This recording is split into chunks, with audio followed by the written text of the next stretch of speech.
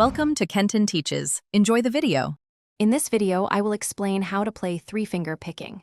First, let's establish your hand position. Place your picking hand over the sound hole or bridge, allowing your wrist to remain relaxed and slightly arched. This posture is crucial for fluid movement and preventing tension. Your thumb should naturally rest on one of the bass strings, usually the 6th or 5th, preparing for its role in the pattern.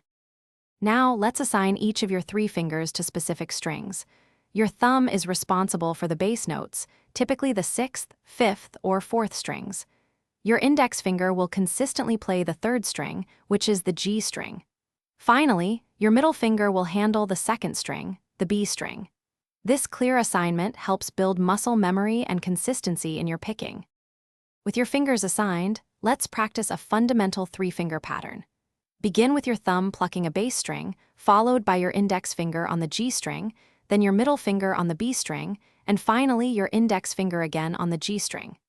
This creates a 4-note sequence. Focus on plucking each string cleanly and with consistent volume. Start at a very slow tempo, gradually increasing speed as you gain confidence. To refine your three-finger picking, consistency is key. Utilize a metronome to develop impeccable timing and a steady rhythm. Practice in short, focused sessions, perhaps 15 minutes daily, rather than one long session. As you become more comfortable, experiment by moving your thumb to different bass strings and incorporating various chord shapes. This will expand your versatility and musical expression. Thanks for watching. Please subscribe if this video was helpful.